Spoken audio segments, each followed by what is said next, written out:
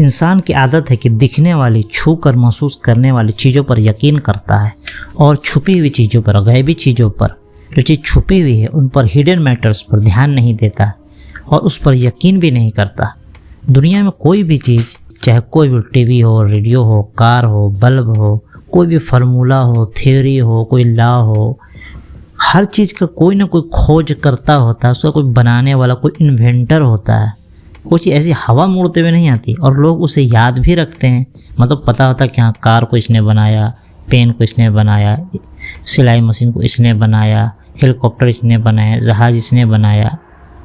लोगों को पता है कि जहाज़ राइट ब्रदर्स ने बनाया। इसी तरह कार के बारे में, इस तरह रेडियो के बारे में, इस तरह की बहुत सारी चीज़ दुनिया में, मोबाइल इसने बनाया, लोगों को याद भी रहता है। लोग उसे याद भी रखते हैं कि मोबाइल फ़ोन का ये बनाने वाला है, टेलीफोन का ये बनाने वाला, वैक्सीन का ये बनाने वाला है। ये हुआ एक पहलू। लेकिन बात है कि डबल स्टैंडर्ड क्यों? डबल स्टैंडर्ड क्यों? जब आप दुनिया के मामले में सारी चीज़ एक्सेप्ट करते हैं कि हाँ, ये इसका बनाने वाला ये है, कार का बनाने वाला ये है, जहाज़ का बनाने वाला ये है, आप मानते, उसको तस्लीम करते हैं, तो फिर डबल स्टैंडर्ड क्यों? मेरा सवाल यही है। जब आप दुनिया में ये कहते हैं necessity is the mother of all invention, आवश्यकता आविष्कार की जन, यानी कि मकसद होगा, कोई कारण होगा तभी कोई चीज़ होता है। ऐसी हवा में उड़ के कुछ ही नहीं होता है। फिर ज़रूरत के मुताबिक, यानी किसी न किसी मकसद में कोई चीज़ बनाए, किसी न किसी मकसद से कोई चीज़ बनाई जाती है। इंसान दिमाग लगाता है, ऐसे हवा में उड़ के कोई चीज़ नहीं बन जाता है। जेम्स वाट का मशहूर किस्सा आपने सुना होगा कि वो माँ उसकी चाय बना रही थी, तो केतली जो बर्तन रखा हुआ था वो प्रेशर से, स्टीम के प्रेशर से ऊपर आया, तो उसी से फिर स्टीम इंजन का कॉन्सेप्ट है। इस तरह से हज़ारों कहानियाँ आपको मिलेंगी इन्वेंटर के कि कहीं ना कहीं से किसी मकसद के तहत उनके दिमाग में कुछ आया, फिर उन्होंने बनाया और मकसद के तहत बनाया। हवा में ऐसे नहीं कुछ भी बना दिया कि हाँ, इससे ये काम लिया जा सकता है, इससे ये काम लिया जा सकता है। टेलीफोन का बनाने वाला ने कुछ न कुछ सोच के ही टेलीफोन बनाया होगा, फिर उसके दिमाग में कुछ आया होगा, कोई मकसद के तहत बनाया। हवा में उड़ते हुए कुछ नहीं बनता है। इस तरह के हज़ारों लाखों एग्जाम्पल। तो आप अपने इस 3 पाउंड के जो दिमाग है उसे सोचिए कि ये हवा हो गया, ये पानी हो गया, ये पहाड़ हो गया, ये पेड़ पौधे हो गए, ये ठाठे मारता हुआ पानी का समुंदर, ये 3 हिस्सा पानी। कौन ने इतना बेहतरीन निज़ाम सेट किया है? 3 हिस्सा पानी, 1 हिस्सा ज़मीन, हज़ारों लाखों करोड़ों जानवर है, आसमान, ज़मीन, गैलेक्सीज, तारे सितारों, अरबों खरबों। इंसान के बॉडी में कितने सेल हैं गिनते भी नहीं हैं, कोशिकाएं, एटम्स, इलेक्ट्रॉन, प्रोटॉन, न्यूट्रॉन, पता नहीं और कितने हज़ारों चीज़, ऑक्सीजन, कार्बन डाइऑक्साइड, ज़मीन और आसमान, कितनी चीज़ें लोग गिन भी नहीं सकते हैं। गिनते गिनते थक जाएंगे, किताबें भर जाएगी, गिनती ख़त्म नहीं होगी कितनी चीज़ें हैं। क्या बालू के ज़रात आदमी गिन सकता है? क्या आसमान के सितारे आदमी गिन सकता है? बस अंदाज़ा लगाता है। क्या ये सिर्फ ऐसे ही आ गया, बिना किसी के बनाए, बिना किसी के ऑर्डर दिए अस्तित्व में आ गए? ऐसे ही बिग बैंग सारी चीज़ एक गैस की तरह थी, आसमान और ज़मीन सब चीज़ एक गैस की तरह एक जगह थी। फिर कौन किसने ऑर्डर दिया? किसी ने तो ऑर्डर दिया हुआ कि सब चीज़ अलग हो गए, आसमान ऊपर, ज़मीन नीचे, इसी तरह पेड़ पौधे हो गए और फिर धीरे धीरे जिंदगी अस्तित्व में आया। धीरे धीरे जीव जंतु सब अस्तित्व में आए, धीरे धीरे सब ऐसे ही हो गया। बिग बैंग हुआ और सब चीज़, सबसे बड़ी बात की ये चीज़ बराबर से, मुतवाजन तरीके से, बैलेंस तरीके से, सही तरीके से चल रहा है। एक बेहतरीन कैलकुलेशन के साथ, एकदम एक एक पॉइंट, एकदम हाई एक्यूरेसी के साथ, एकदम कोई इसमें रद्दो बदल नहीं, ज़रा सा, एकदम ज़रा सा भी नहीं रद्दो बदल। ज़रा सा उसमें रद्दो बदल होगा तो सब चीज़ दरहम बरहम हो जाएगा। इतने अरबों खरबों सितारे हैं, लेकिन कभी किसी से आपको टकराते देखा आपने किसी को? सबका रास्ता फिक्स है, सबका बॉडी क्लॉक एकदम फिक्स है, कैसे चलना है, कहाँ जाना है, किधर जाना है, सब पता है। सूरज को पता है, चांद को पता है, सितारों को पता है, समुंदर, इतना पानी, लेकिन नहीं, रुख नहीं बदलता, बस अपने अंदर बर्दाश्त करके रहता है, सब एक बराबर हिसाब से। क्या बिग बैंग ऐसे ही हो गया? बिग बैंग हुआ और सब बराबर हिसाब से चल रहे हैं, ज़मीन बन गया, आसमान बन गया, चांद सितारे बन गए, उसी तरह डार्क मैटर वजूद में आ गया, समुंदर, जीव जंतु, जितने भी जानवर हैं और पेड़ पौधे हैं सब वजूद में आ गए। क्या कोई हादसा है? कैसी आप बात बहकी करते हैं? पहले सीढ़ी बनती है, घर की पहली सीढ़ी बनती है, फिर उसके बाद उसी, मतलब छत की जो सीढ़ी बोले तो, या फिर कहीं से भी पहले सीढ़ी बनती है, उसके बाद दूसरी सीढ़ी। ऐसा नहीं कि पहले आप ऊपर से शुरू करेंगे। हवा में उड़ता हुआ कुछ नहीं होता है। घर बनाने के लिए भी कितने सारे तगोदो करनी पड़ती है, ज़मीन खरीदनी पड़ती है, फिर उसमें आपको मिट्टी लाओ, बालू लाओ, सरिया लाओ, छड़ लाओ, गिट्टी लाओ, मज़दूर का इंतज़ाम करो, लेबर का इंतज़ाम करो, फिर जाके कहीं काम शुरू होता है, नींव डलाता है, घर बनता है। घर में ये पूरा निज़ाम है सिंपल सा एक घर बनने का। अब इतने बड़े कायनात को बनाने वाला कोई नहीं है, अब कैसा बात करते हैं। और किसी मकसद के तहत इसको बनाया जाता है, हर चीज़ किसी न किसी मकसद के तहत बनाता है और कोई उसका बनाने वाला होता है। मान लें कि ऐसे तो घर बना नहीं, कोई ना कोई उसको बनाएगा, चीज़ें आ गई, उसको बनाने वाला भी कोई ना कोई होता है। और आप इतने बड़े ब्रह्मांड, कायनात, यूनिवर्स, इतना बड़ा इन दुनिया, इतना बड़ा ज़मीन और आसमान का सिस्टम जो है, पहाड़ के बारे में तो आपको पता ही होगा, कील की तरह ठोका हुआ, तो कील की का थोड़ा हिस्सा बाहर होता है, मैक्सिमम हिस्सा अंदर होता है। तो पहाड़ का मैक्सिमम हिस्सा अंदर की तरफ है, थोड़ा हिस्सा बाहर है, फिर भी वो कितना ऊंचा है। आपने मैरियाना ट्रेंच का नाम सुना होगा, मैरियाना गर्त, इतना नीचे, जितना हिमालय का माउंट एवरेस्ट ऊंचाई पर उतना है वो नीचे है, उससे भी नीचे हो सकता है। उसकी गहराई बहुत गहराई है, उसकी बहुत ज़्यादा गहराई। आप ब्रह्मांड की तरफ, यूनिवर्स की तरफ आंखें उठा के तो देखिए, आपकी आंखें नाकाम, जलील और थक कर आपकी तरफ वापस आ जाएगी। आप कायनात को देखते देखते थक जाएंगे, लेकिन वो ख़त्म नहीं है, किधर भी उसका कोई ख़त्म दिखता नहीं है। आपकी आंखें जलील और ख्वार होकर आपकी तरफ लौट आएगी, कहीं कोई दरार नहीं, कहीं कोई सिगाफ नहीं। ये आसमान बिना सुतूनों वाले, बिना पिलर वाले, या पिलर है भी तो आपको दिखते नहीं। क्या ये सब ऐसे ही बन गए? आप कुछ ऐसा नहीं लगता है किसी ने इसको बनाया है? जब छोटी छोटी चीज़ को बनाने वाला कोई होता है तो इतने बड़े कायनात को बनाने वाला कोई क्यों नहीं होगा? एक एक सॉफ्टवेयर का डेवलपर होता है अलग अलग। सबको पता है कि एप्पल कंपनी का कौन बनाने वाला था, इसी तरह सैमसंग कंपनी है, इस तरह बड़ी बड़ी कंपनियाँ, कोई ना कोई एक इन्वेंटर होता है, कोई ना कोई एक बनाने वाला होता है। इस पूरे यूनिवर्स को बनाने वाला जिस चीज़ की कीमत लग सकती थी उसे खरीदने के सिस्टम पर लगा, जैसे कि सोना खरीदा जा सकता है, चांदी खरीदा जा सकता है, उस तरह छोटी मोटी चीज़ जितनी भी ज़रूरत की वो चीज़ खरीदी जा सकती है, तो खरीदने के सिस्टम पर लगा। लेकिन जो चीज़ अनमोल है, जिसको ख़रीदा नहीं जा सकता है, उसको अल्लाह ताला ने फ्री कर दिया, उसको बेशकीमती बना दिया, इतना कीमत इसका है कि उसको खरीद नहीं सकता। अनमोल चीज़ जैसे हवा, पानी का निज़ाम हो गया, फ्री कर दिया। ऑक्सीजन है, कार्बन डाइऑक्साइड है, नाइट्रोजन है, हीलियम है, और भी जितने गैसेस है और भी जितना निज़ाम है जो ज़िंदगी चलने के लिए दुनिया में ज़रूरी, सब अल्लाह ताला ने फ्री कर दिया कि वो इसका मोहताज नहीं है। सूरज देख लीजिए, कौन उसको कंट्रोल करने वाला है? सब फ्री में। इतना बड़ा कायनात, इतना बड़ा निज़ाम है, सब अल्लाह ताला ने फ्री ऑफ कॉस्ट कर दिया, क्योंकि ज़िंदा रखने के लिए वो ज़रूरी है। हाँ, कोई चीज़ खरीदा, जैसे सोना हो गया, चांदी हो गया, और भी ज़रूरत की चीज़ें खरीदी जा सकती है, वो सब चीज़ अल्लाह ताला ने बोला कि चलो इसे खरीद के खा लो। ये कितना बड़ा एहसान है। क्या ये सिर्फ ऐसे ही हो गया कि कोई है इसको सही से मुतय्यन करने वाला? नहीं तो अमीर लोग तो गरीब को सांस भी नहीं लेने देंगे। जो भी जीव जंतु पेड़ पौधों को ज़रूरत है सबके फ्री कर दिया। और इतना ही नहीं, सब एक मुतवाजन बैलेंस तरीके से, मतलब सब सही तरीके से चल भी रहा है, सही कैलकुलेशन के साथ, एकदम बैलेंस की तरह, एकदम प्रिसाइजली, संतुलित ढंग से, सही मिक्सचर में अवेलेबल है। नहीं तो पूरा सिस्टम इधर का उधर हो जाएगा, सब खत्म हो जाएगा। सारा जो निज़ाम है, कार्बन डाइऑक्साइड का जो मात्रा है, अमाउंट है इन्वायरमेंट में, वो ज़रा भी इधर उधर होगा तो पूरा हालत ख़राब हो जाएगी, ज़िंदगी जीना मुश्किल हो जाएगा लोगों को। यहाँ पर फूड चेन है, वाटर साइकिल है, कार्बन साइकिल है, हाइड्रोजन साइकिल और तरह तरह के साइकिल हैं, सब एक कानून के मुताबिक चल रहे हैं, काम कर रहे हैं, कभी भी उसमें कोई छेड़छाड़ नहीं होता। कौन है वह ज़ात जो इस पूरे यूनिवर्स के हर चीज़ को काम में लगाया हुआ है, हर चीज़ काम में सही तरीके से लगा हुआ? कोई ना कोई, किसी न किसी के हाथ में उनकी बागडोर है, कोई तो उनको संभालने वाला है। वही है अकेला, तन्हा, one and only, the creator of everything, Allah, जिसे हम अल्लाह कहते हैं, जिसे रब कहते हैं, रहमान कहते हैं, गॉड कहते हैं, ईश्वर कहते हैं, भगवान कहते हैं, सब अच्छे नाम उसी के हैं।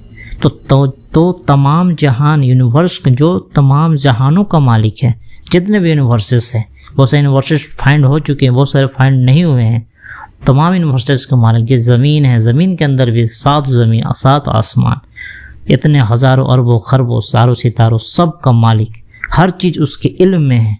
उसकी कुर्सी ने ज़मीन और आसमान को अपने घेरे में ले रखा है। सब कुछ एक मकसद के तहत है, हर चीज़ का एक मकसद है। एक न एक दिन आएगा, एंड डे, खात्मे का दिन, क़यामत, बर्पा होगी और सब खत्म हो जाएगा बिग क्रंच के साथ। जैसे बिग बैंग के साथ सब चीज फैला, बिग क्रंच के साथ सिकुड़ के सब चीज टूट फूट के बराबर हो जाएगा। फिर नई कायनात बनेगी, नई ज़मीन बनेगी, नई आसमान बनेंगे। फिर इस ज़मीन को बदल दिया जाएगा, इस आसमान को बदल दिया जाएगा और एक इनफाइनाइट यूनिवर्स का निज़ाम कायम होगा। जब हाँ सब चीज़ अनलिमिटेड होगी, सब चीज़ इनफाइनाइट होगी, अनंत होगी। ये अभी जो यूनिवर्स है ये ख़त्म होने वाला है। साइंटिस्ट भी इसको प्रूव करते हैं, मैथमेटिशियन भी इसको प्रूव कर चुके हैं।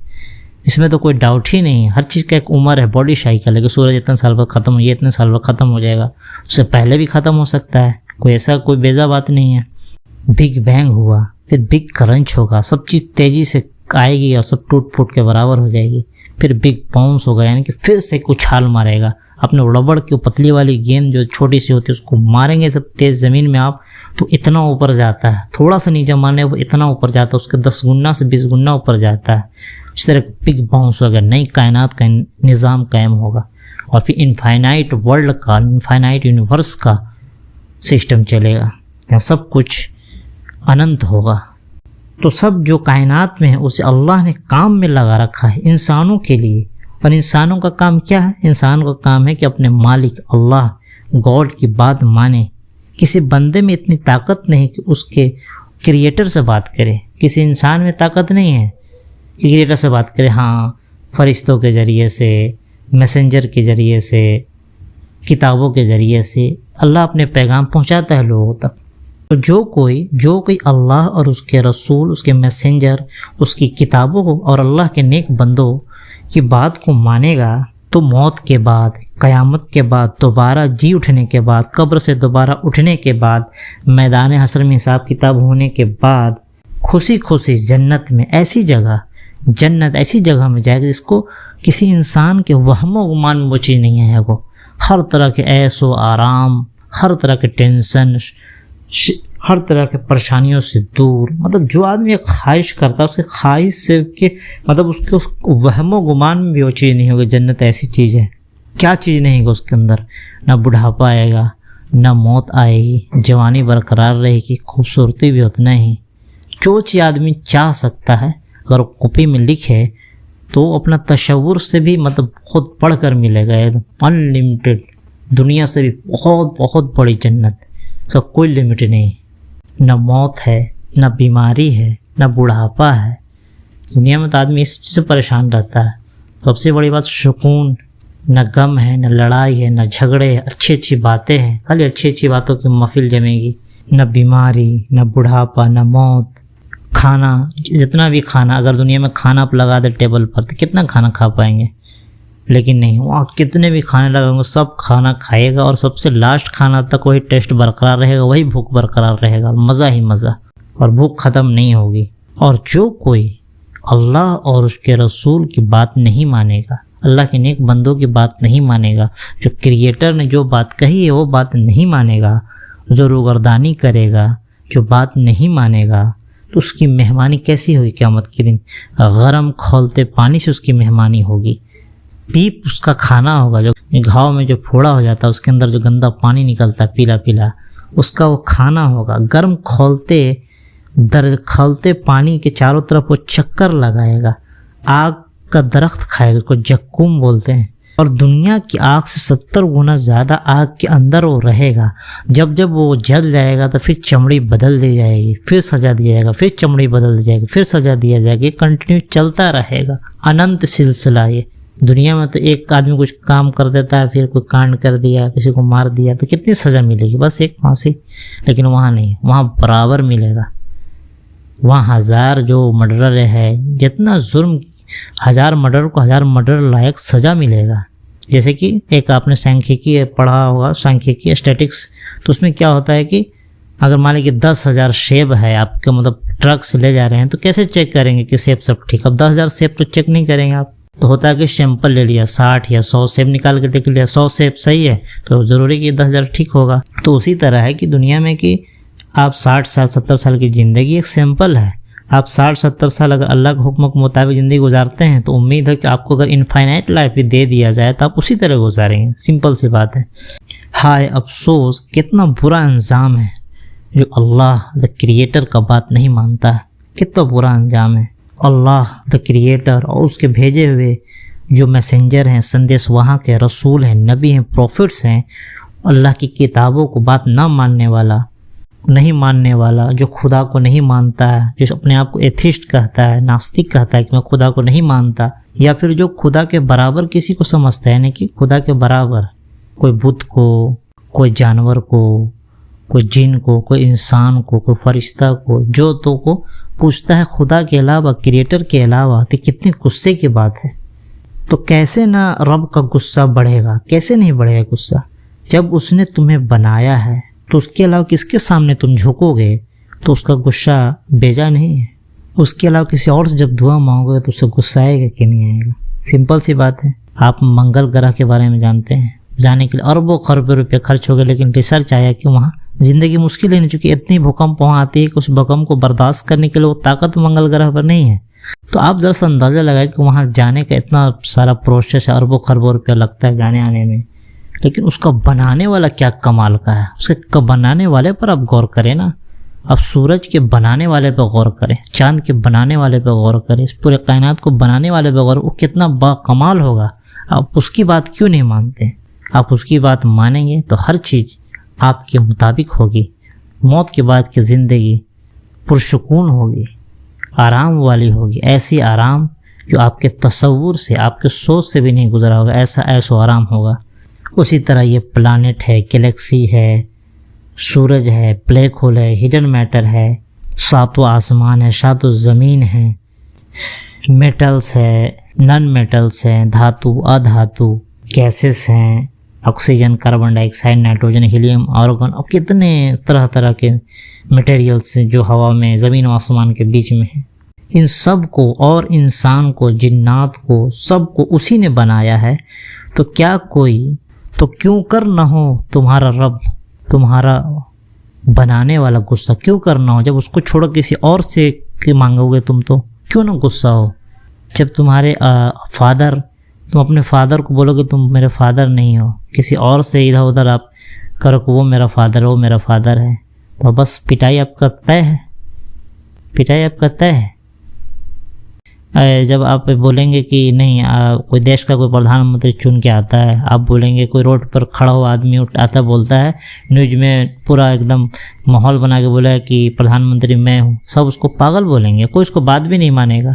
बात क्यों माने जब वो है नहीं? तो जब ये दुनिया के बारे में आपको बड़ा सिंपल सा कॉन्सेप्ट है, तो ऊपर के बारे में आप इतना डबल स्टैंडर्ड क्यों करते हैं? कायनात को बनाने वाले के बारे में आप सोचें, उस बड़े के बारे में आप सोचें। जब दुनिया के मामले में छोटी छोटी चीज़ों में आपको दिमाग काम करता है, तो आखिरत के मामले में, क़यामत के मामले में, इस छुपी दुनिया के बारे में आपका दिमाग क्यों नहीं काम करता? जब रोबोट बनाने वाला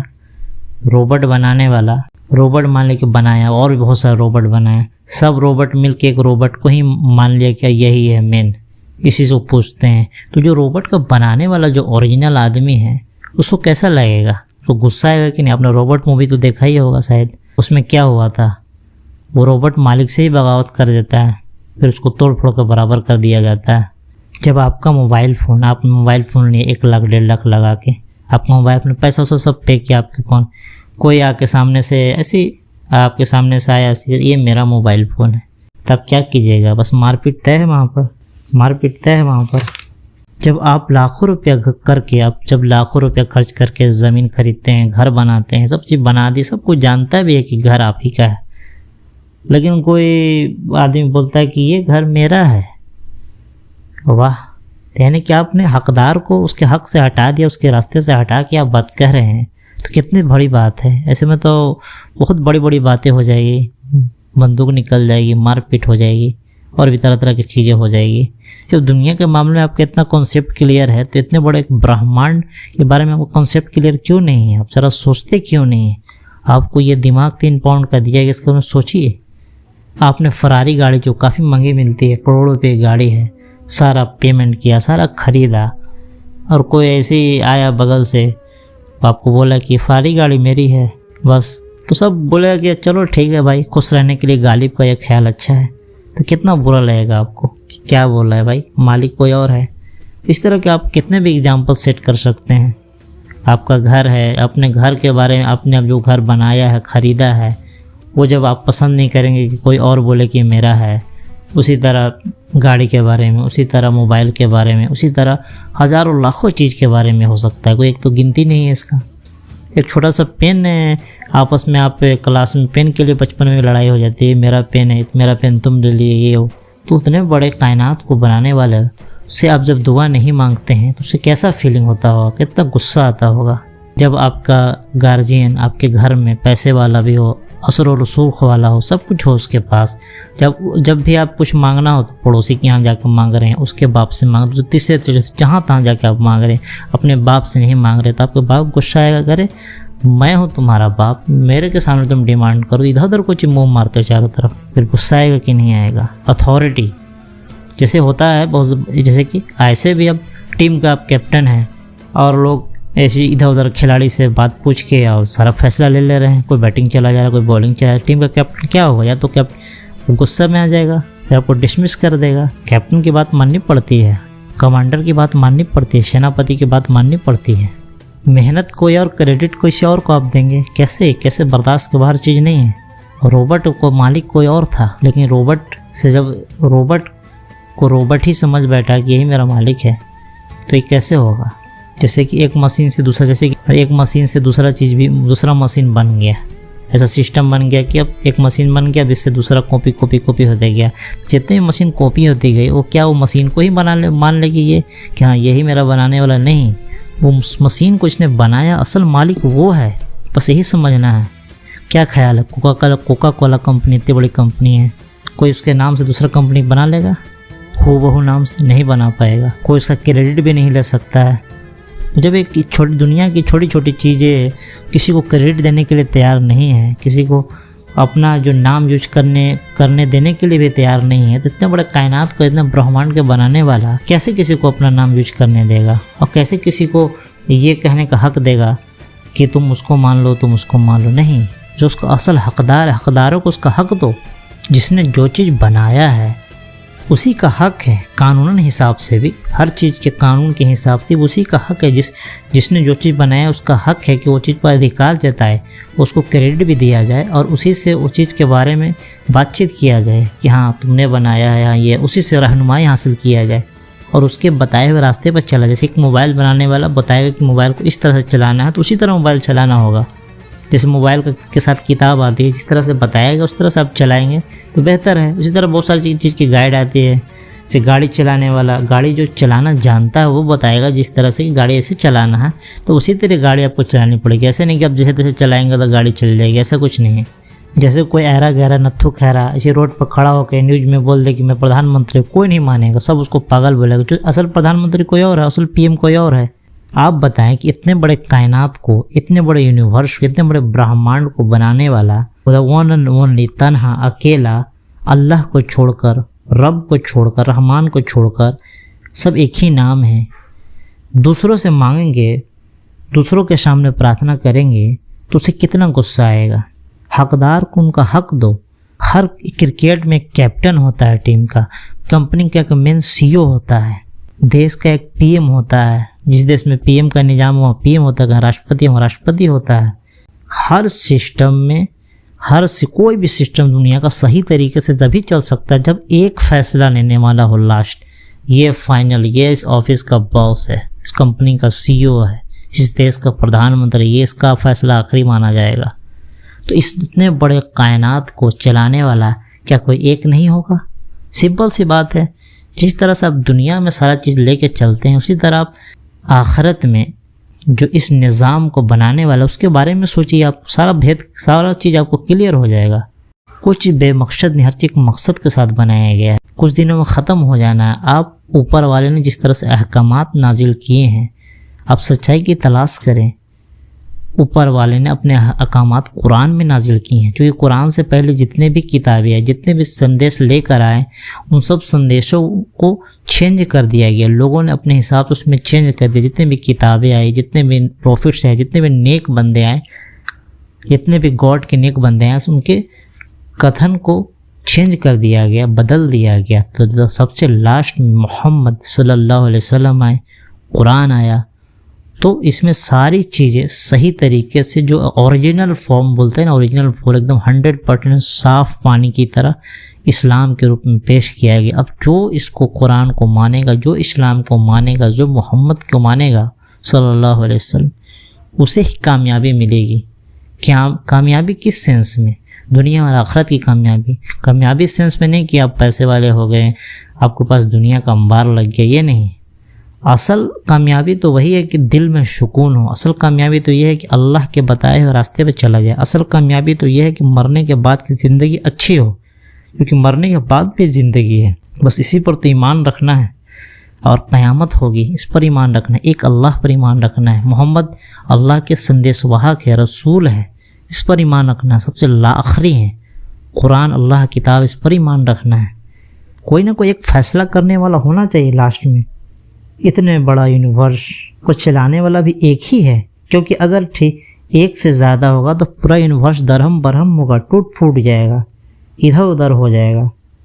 जब किसी देश में, ऐसे भी आप देखेंगे दुनिया में, जब किसी देश में मान लीजिए प्रधानमंत्री का सिस्टम है कि हाँ प्रधानमंत्री की बात आखिरी बात है, उस देश में क्या होता है, बगावत हो जाती है, सेना तख्ता पलट कर देता है, तो क्या होता है, पूरा देश में एकदम सिविल वार छिड़ जाता है।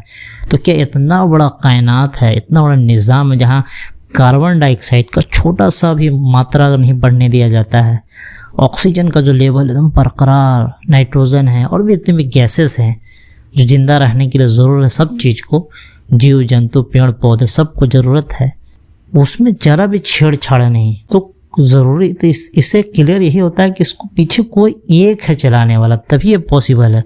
अगर बहुत सारे चलाने वाले होते तो उसमें छेड़छाड़ हो जाती। कोई बोलता है कि सूरज अभी उगना चाहिए, कोई बोलता है सूरज दोपहर में उगना चाहिए, कोई बोलता है शाम में उगना चाहिए, कोई बोलता है कि अभी ठंड आनी चाहिए, अभी गर्मी आनी चाहिए। इस तरह से काफ़ी चीज़ें इधर उधर हो जाती।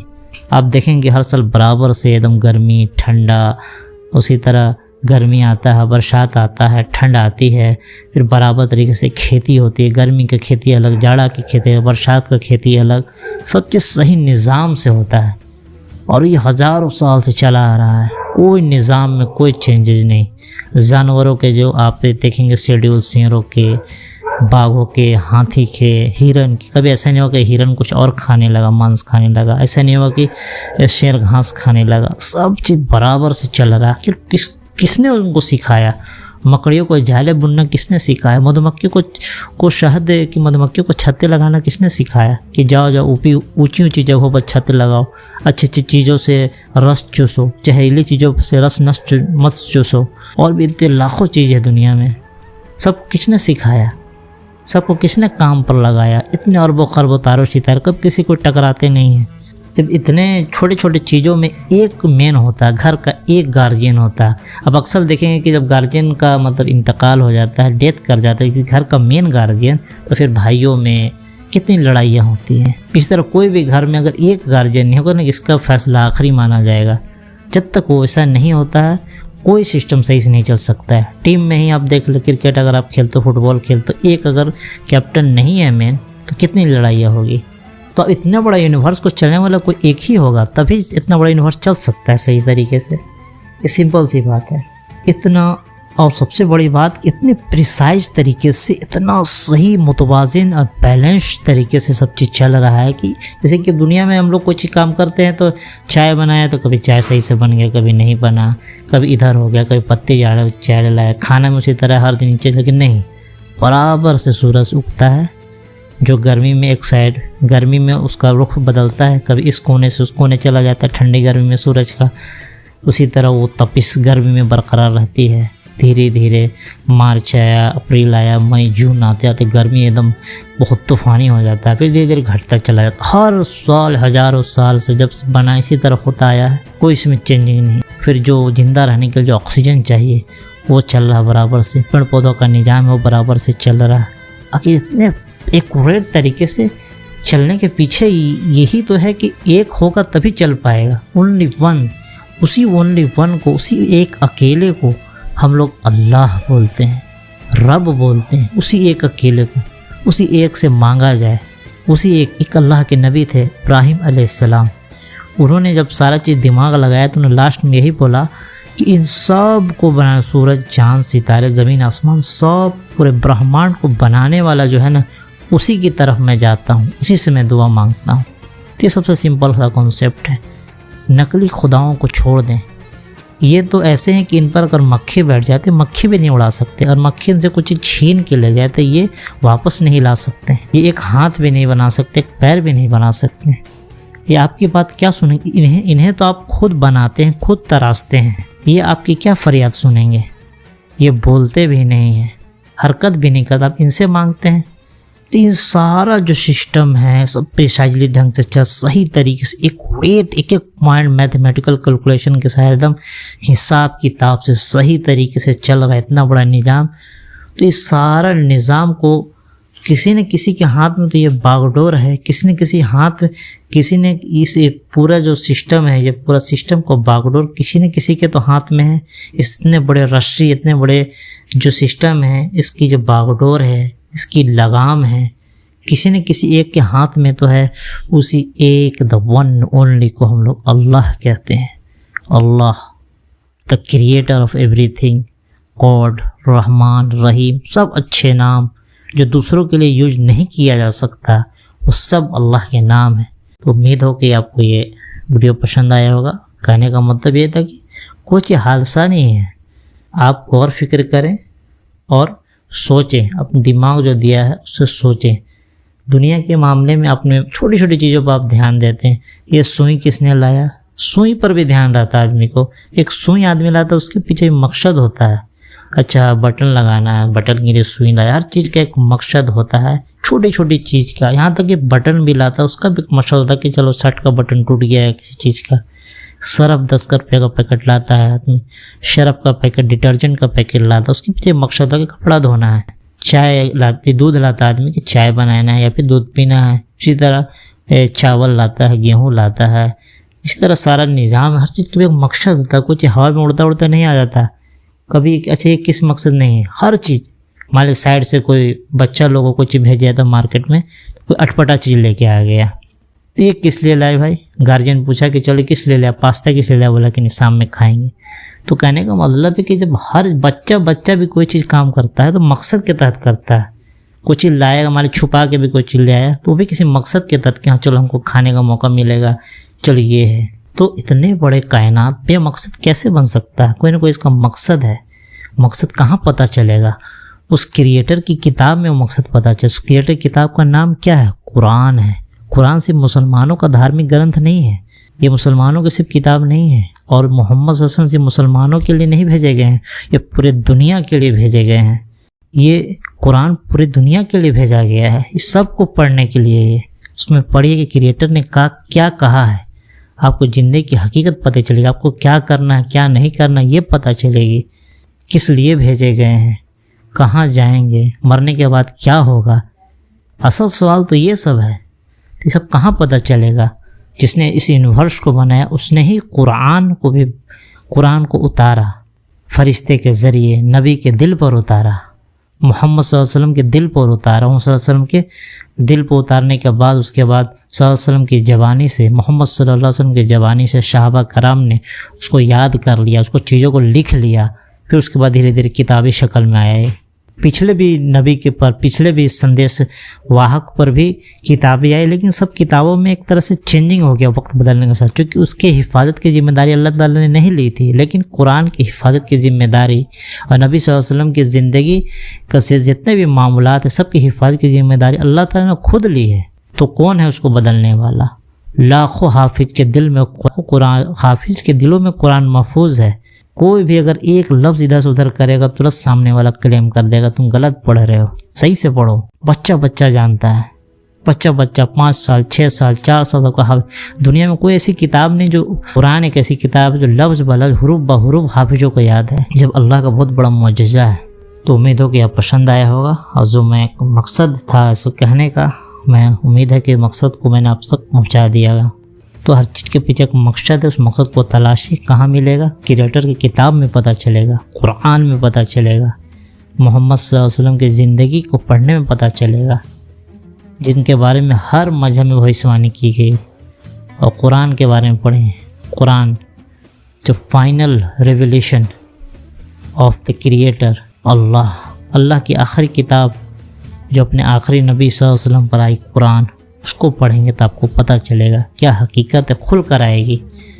क्योंकि कोई भी जो क्रिएटर जो इतना हर चीज़ प्रिसाइज ढंग से चला रहा है, हर चीज़ सिंपल सा कार्बन डाइऑक्साइड का जो होता है अमाउंट होता है, ऑक्सीजन का अमाउंट है, सब सही तरीके से, नाइट्रोजन का अमाउंट सही से चला रहा है, और भी हज़ारों लाखों चीज़ है। क्या हो सकता है, ऐसा कभी हो सकता है कि वो जो कानून देगा, कोई लॉ देगा, वो कुदरत के खिलाफ होगा कि कुदरत में बिगाड़ पैदा हो? ऐसा कभी नहीं हो सकता है।